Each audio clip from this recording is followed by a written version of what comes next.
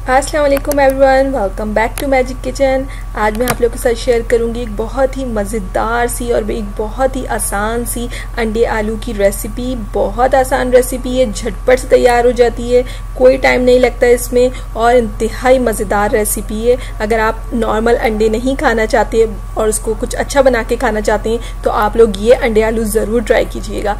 अपनी recipe start करते हैं, लेकिन उससे पहले मेरे चैनल को सब्सक्राइब कर लें और बेल का आइकन दबाना मत भूलिएगा ताकि आइंदा आने वाली हर रेसिपी की नोटिफिकेशन लोगों तक पहुंचती रहे।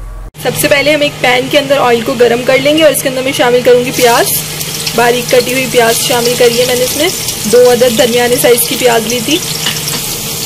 यहाँ प्याज को हम इतना फ्राई करेंगे कि इसका कलर चेंज हो जाए, एक गोल्डन सा कलर आ जाए हमारी प्याज में। प्याज का कलर देखिए यहाँ हमारी चेंज होना स्टार्ट हो गया है। अभी हम इसको थोड़ा और तलेंगे कि हमारी प्याज बिल्कुल सुनहरी सी हो जाए। देखिए हमारी यहाँ प्याज बिल्कुल ब्राउन हो गई है। अब मैं इसको निकाल लूंगी एक प्लेट के अंदर। यहाँ पे मैंने प्याज और साथ में जो हमने प्याज तरी थी उसके साथ मैंने एक बाउल दही का भी लिया है और इसको मैं अच्छी तरह से ब्लेंड कर लूंगी। यहाँ जिसमें मैंने प्याज फ्राई करी थी उस रिमेनिंग ऑयल के अंदर मैं यहाँ पे डालूंगी गरम मसाला और इसको मैं यहाँ थोड़ा सा फ्राई करूंगी गरम मसाले को। और साथ ही साथ मैं इसके अंदर डालूंगी दो खाने की चम्मच पिसा हुआ लहसुन अदरक का पेस्ट। और यहाँ इन दोनों चीज़ों को हमें थोड़ा फ्राई करना है। अच्छा, इन दोनों चीज़ों को हम थोड़ा सा भूनने के बाद मैं इसके अंदर शामिल करूँगी अपने स्पाइसेस। आधा चम्मच हल्दी और साथ साथ पिसी हुई लाल मिर्च 2 खाने की चम्मच और पिसा हुआ धनिया पाउडर ये 1.5 खाने का चम्मच मैंने यहाँ दिया है। और इन सारे स्पाइसेस को भी इसके साथ थोड़ा सा हमें भूनना है। थोड़ा सा इसको भूनना है और मैं साथ में इसमें थोड़ा सा पानी भी डालूंगी ताकि हमारा मसाला नीचे ना लगे। और इसे हमें अच्छी तरह से भून लेना है ताकि कोई भी कच्चे स्पाइसेस की इसके अंदर स्मेल ना रहे। हमारा मसाला देखिए यहाँ पे भुन गया है। अब मैं इसके अंदर अपने आलू शामिल करूंगी। यहाँ पे मैंने 3 अदद आलू लिए और उनको छोटे साइज में काट लिया है। और आलू के साथ साथ मैं इसमें शामिल कर रही हूँ प्याज और दही का पेस्ट, जो हमने तली हुई प्याज और दही से पेस्ट बनाया था। इसको भी इसके साथ अच्छी तरह से मिक्स कर लूंगी। साथ साथ में मैंने इसके अंदर जो हमारी जग में रह गया था रिमेनिंग पेस्ट वो भी पानी डाल के निकाल लिया है ताकि हमारी कोई चीज़ ज़ाया ना हो और अच्छी तरह से हमारा पेस्ट भी निकल जाए जग से। अब हम इसको आलू हम अपने थोड़ा गलाएंगे, थोड़ा स्टीम देंगे। इस दही के पानी में हमारे आलू भी गल जाएंगे और हम इसको थोड़ा सा तब तक पकाएंगे जब तक हमारे आलू नहीं गल जाते। हम यहाँ अपनी चेक करेंगे हमारे आलू गल गए हो तो।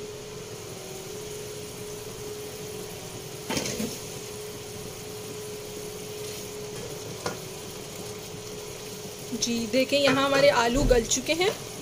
अब हम इसके अंदर ग्रेवी करेंगे। जितनी भी आपको थिक रखनी हो या थिन रखनी हो उस हिसाब से आप इसके अंदर पानी डालेंगे।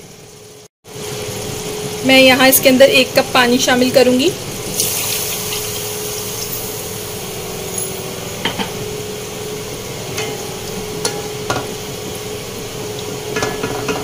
और इसको हम ढक के 5 मिनट तक पकाएंगे।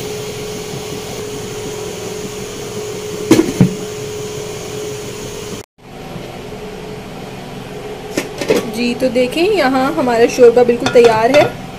देखें कितनी अच्छे से इसकी ग्रेवी बनी है। अब हम इसको सर्व करेंगे और फिर ही हम इसके अंदर अपने अंडे भी शामिल करेंगे।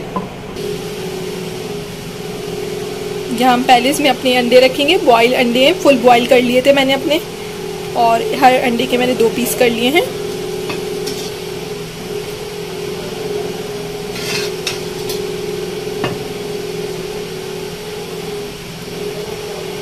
इसका आप जो शोरबा है या ग्रेवी है अपने हिसाब से थिक कर सकते हैं, जितना आपको थिक रखना हो। मैंने यहाँ एक नॉर्मल सा थिक रखा है इसको, ना बहुत ज़्यादा पतला ना बहुत ज़्यादा थिक।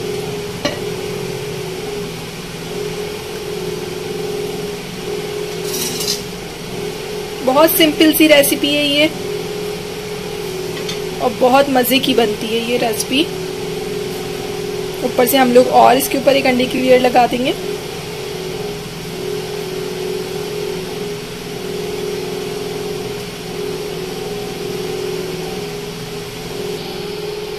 और ऊपर से मैं इसके ऊपर हरी मिर्ची भी डालूंगी, कटी हुई हरी मिर्ची। और यहाँ ये रेडी है बिल्कुल। आप लोग भी इसको ज़रूर ट्राई कीजिएगा। रेसिपी अच्छी लगे तो मुझे लाइक और कमेंट के ज़रिए ज़रूर बताइएगा आप लोगों को रेसिपी कैसी लगी थी। इंशाल्लाह फिर मिलेंगे एक नई रेसिपी के साथ। जब तक के लिए अल्लाह हाफ़िज़।